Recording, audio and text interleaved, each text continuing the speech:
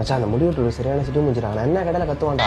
நான் சொன்ன மாதிரி ஸ்டைலா வெட்ட சொல்லுனா நான் போய் கம்முன்னு உட்காந்துருவேன். நீ பார்த்து சொல்றவல்ல. மச்சான் நான் பாத்துக்கிறேன்டா. மாஸ்டர் விஜய் கட்டிங் தானே? ஆமாடா ஆமாடா. வாடா டேய். அந்த வரணும். எப்படிடா வெட்டணும்? மச்சான் மச்சான் சொல்றா. மச்சான் ஏய் சொல்றா. உங்க இஷ்டம்.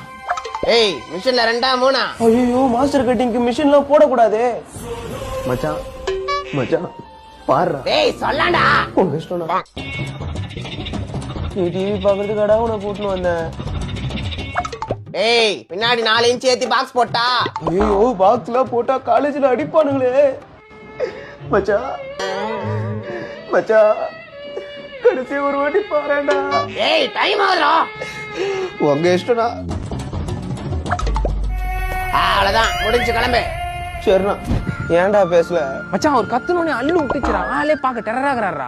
டேய் தொடரடிக்கு உன்ன போய் கூட்ட போறா. பாத்துக்கற புடிக்கிறேனே. இந்த மடியை வச்சு எப்படிடா காலேஜ் போறது? கலாய்ப்பானுங்கடா. ஏய் பண்ணா லைட்டா பைன்ட்டேன். உனக்கு புரியல வேற கடைக்கு போக வேண்டியதானே? எங்க அப்பா இந்த கடையில தான் அக்கௌண்ட் வச்சிருக்காரு. வேற எங்கனா வெட்டினா அந்தால என்ன வெட்டுவான்டா. போடா.